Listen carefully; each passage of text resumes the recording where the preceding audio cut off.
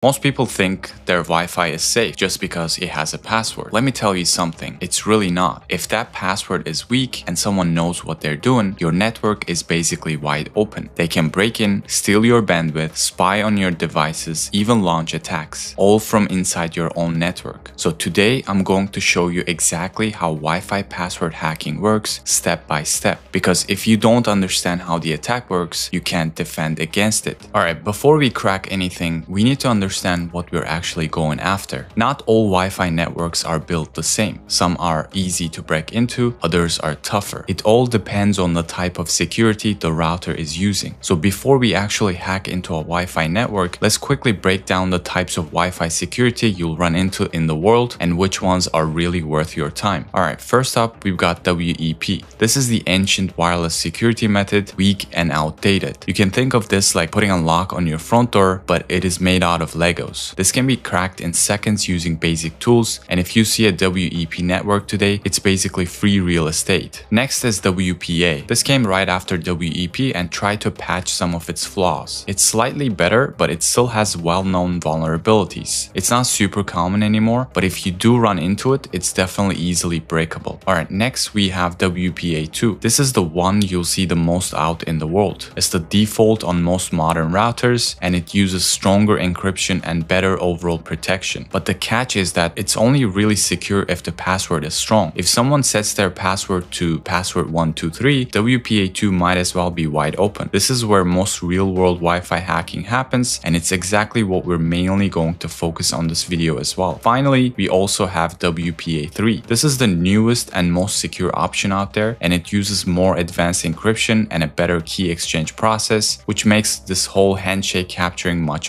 harder. There's still a problem with this because not every device or router supports WPA3 yet. So while it's growing, a huge chunk of networks are still stuck on WPA2, and that's what attackers are commonly targeting. Alright, before we start doing anything, we need three things: the right hardware, the right tools, and the right word list. First, for the hardware, you'll need a wireless adapter that supports monitor mode and packet injection. Now, the monitor mode lets you listen all the wireless traffic around you and not just what's meant for your device. And packet injection lets you actively send packets like deauthentication signals. Some built-in Wi-Fi cards support these features, but not all of them do, so you need to verify before wasting your time. And to check if your adapter supports monitor mode, you can run this command here, iwlist. This command will list your wireless capabilities, and when you run it, you're gonna want to look under the supported interface mode section, and if you see monitor listed there, it means your adapter can be switched into monitor mode. Now, to test for injection support, you can use a tool called areplay ng. If you run this command here, areplay ng --test followed by the wireless interface you have, this command will send out test packets to check if the adapter can inject them into the air, and then listens to see if any responses come back. If responses are received, it will say something like injection is working. Now, once you got the right hardware, the next step is having the right tools. For basic Wi-Fi hacking, we'll be using tools from the AirCrack NG suite, like AeroDump tool, which is used for scanning and capturing handshakes, the areplay tool, which is used for kicking clients off networks, and finally the AirCrack tool, which is used for cracking passwords offline. Now, having the rightware and tools is only half the game, because without a solid word list, you're basically shooting in the dark, and a good word list massively boosts your chances of cracking the password. If the password is something like I love pizza, it'll be cracked in seconds, because these kinds of easily guessable passwords are in every major word list, and tools we use today can run millions of guesses per second with the right hardware.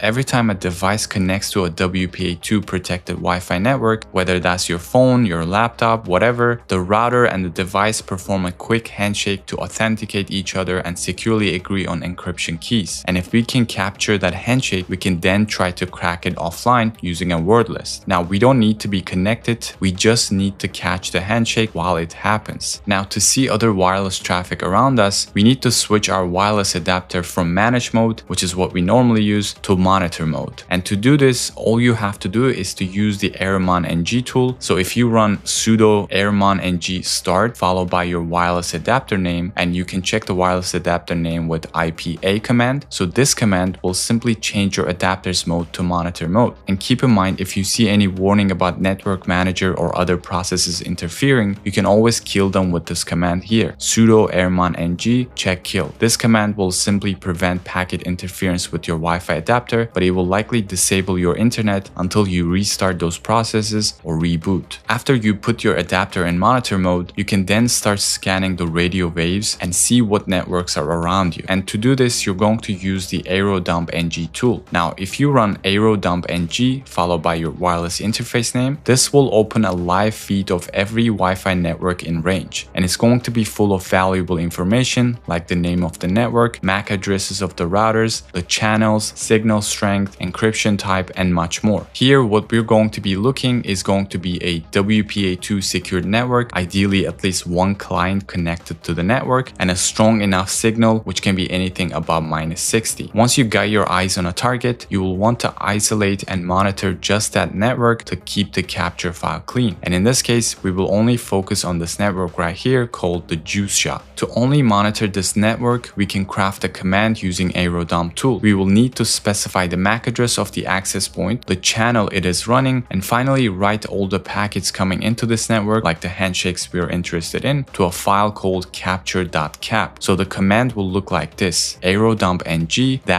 --bssid followed by the MAC address of the router or the access point, -c followed by the channel this network is on, -w followed by the output file, and finally we specify the name of the wireless interface. After typing this command, now you'll only see your target network, and if any clients are already connected to this network, you will see them under the station section. We will have to keep capturing these packets until we finally grab a handshake out of the air. Alright, now we wait for a handshake. But here's the problem. What if no one connects to this network? What if the clients just stay connected or there is no new connection happening? We don't want to just sit there hoping someone will finally connect. We can actually force this process. If there's already a device connected to the network, we can run a deauthentication attack to kick that client off the network, and the moment they reconnect, the handshake will be captured. And to do this, you need to open a second terminal window while still keeping this aerodump terminal open. And in the second terminal, we will use areplay-ng tool to run this command. areplay-ng --deauthentication, and then we will specify the packet numbers we want to send. Afterwards, we specify the MAC address of the access point with -a flag, and then finally our wireless interface name. Once you run this command and go back to your aerodump window, you'll now see that you might have a message that says something like WPA handshake followed by the MAC address of the access point. And this just means that you just capture the handshake even when the clients were not planning to reconnect. Now the capture file we specified earlier will contain the encrypted handshake data. Alright, now that we got our handshake, it's now